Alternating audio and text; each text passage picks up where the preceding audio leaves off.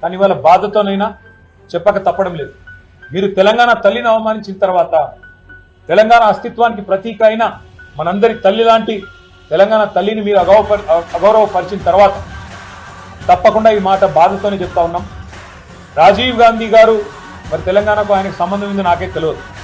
రాహుల్ గాంధీ దగ్గర మార్కులు కొట్టేయాలంటే మీ గాంధీ భవన్లో పెట్టుకో, లేదా జూబ్లీ హిల్స్లో నీ ఇంట్లో పెట్టుకో, ఎవరు వద్దంటలేదు. కానీ ఇవాళ తెలంగాణ సెక్రటేరియట్ ముందు రాజీవ్ గాంధీ విగ్రహాన్ని పెట్టి ఏ కాంగ్రెస్ పార్టీ అయితే వందలాది మంది పిల్లల ప్రాణాలు తీసిందో ఆ కాంగ్రెస్ పార్టీ మళ్ళొక్కసారి క్రూర పరిహాసం ఆడే విధంగా తెలంగాణతో, తెలంగాణ అస్తిత్వాన్ని, తెలంగాణ ఆత్మగౌరవాన్ని దెబ్బతీసే విధంగా వ్యవహారం చేస్తూ ఉన్నారు.